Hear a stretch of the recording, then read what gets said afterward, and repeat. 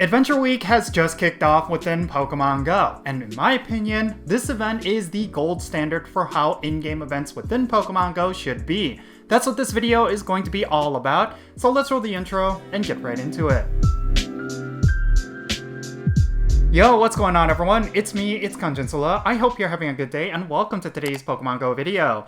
Okay, so I wanted to talk about Adventure Week because this week is going to be one of the best weeks of Pokémon Go that we've had all year. And the reason for that is, of course, because of this in-game event. In my opinion, I feel like the way Niantic set up Adventure Week this year should be the gold standard for how they do every single in-game event. There are three particular reasons why I believe this, and I really feel like if Niantic were to implement these three things into every single in-game event, all of them would actually be really successful. First and foremost, I think the obvious thing here is the spawns. Like, the Pokemon spawns during this event are actually really good. We have Pokemon like Tyrant and Aerodactyl and a whole bunch of other rare Pokemon, and a bunch of them can potentially be shiny. This alone makes the event really exciting because the potential to get yourself a super rare shiny that you probably wouldn't get anywhere else, I think that is something that every event should have. Shiny Tyrant is the current Pokemon that I'm looking for, and I'm really hoping I end up getting it.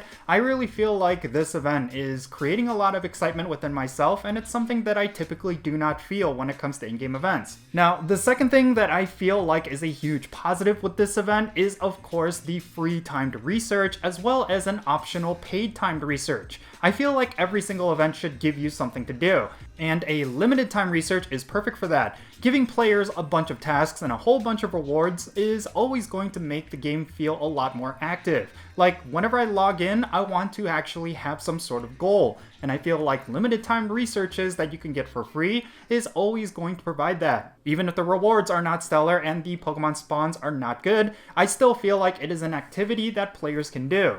And then on top of that, we have an optional paid limited timed research, which will award you a whole bunch of Tyrant and Amara, as well as a super incubator and a regular incubator, which means you're going to be getting the monetary value with those alone. I feel like something like this should be with every event, to give players who are willing to spend money on Pokemon Go something worthwhile. I know there's going to be players out there who are very trepidatious towards paid limited research tickets, but I still think this is pretty good for the game because there are players out there who are willing to spend money on Pokemon Go, and to give them something that will actually be rewarding, like, I think that's always a good thing. I know a lot of players out there are very unhappy with Niantic this year and they are not willing to give them any of their money, which I totally understand and I do agree with, but I also feel like there are players out there who are willing to spend money regardless, and for those players, Niantic should give them something actually good. Finally, and I think this is the most important thing, all of the Pokemon spawns are actually meta relevant in some way with PvP and PvE. Like for Tyrant and Amara, they're actually pretty good for both PvP and PvE, and I really feel like a lot of the basic spawns can be good for the Great League and Ultra League. Like for example, we have Shieldon spawning everywhere in Pokemon Go, and that Pokemon evolves into Bastiodon, which is one of the top Pokemon to have in the Great League. And you know, it's also one of those Pokemon that's usually not accessible. I really feel like now is a great opportunity to pick yourself up a really good Bastiodon for the Great League because it is so good for that league and you do not always have an opportunity to get it. See, it's things like this that make the event that much more special. The fact that there's a whole bunch of Pokemon that are really good for PvP and PvE, and you have a great opportunity to get them. I also like that there's just so many of these spawns, because when it comes to in-game events, typically a lot of the most favored Pokemon are extremely rare still. And I feel like with this event, they did a good job at making a lot of the relevant Pokemon very common. Especially with Tyrant and Amara, they're the highlighted Pokemon for this event. I do like the fact that they are spawning in the wild, and they're not locked behind 7-kilometer eggs and raid battles like other highlighted Pokemon in previous in-game events. This is what Niantic should be doing. Like, I really do not like the fact that for a lot of the past in-game events, a lot of the special Pokemon were locked behind paid content. That's not good for Pokemon Go, and what they should be doing is focusing on wild spawns. Seriously, I've been enjoying Pokemon Go over the last day because of this event, and I really feel like when it comes to in-game events, this should be the gold standard. Like, Niantic should be focusing on making every single in-game event high quality. Not having so many of them per se, but having a little of them, but they're all really good. That's what I would like for Pokemon Go.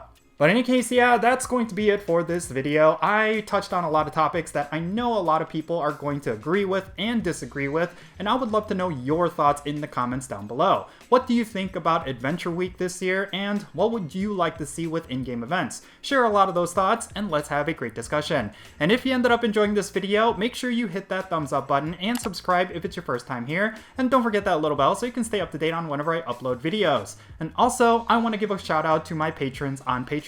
You make this channel content possible. If you want to support my channel in any way, big or small, then do consider checking out the links in the description below. And if you want to support my channel in a non-monetary way, make sure you follow me on social media. I'm over on Twitter and Instagram. You could go and follow me and catch up on my life. And yeah, I have a lot of thoughts that I share on those platforms as well. And also, I wanted to share that I'm going to be starting a new video series this week where I'm going to be filming routes. And yeah, it's basically just going to be pure gameplay. I'm kind of treating it as kind of like a visual ASMR video series, and I wanted to see what you guys think about it. So make sure you go and check those out once they arrive, and yeah, give me your feedback on those videos. But that's going to be it for this video. I am Jinsula. Be safe, have fun, love yourself, and I'll catch you all later.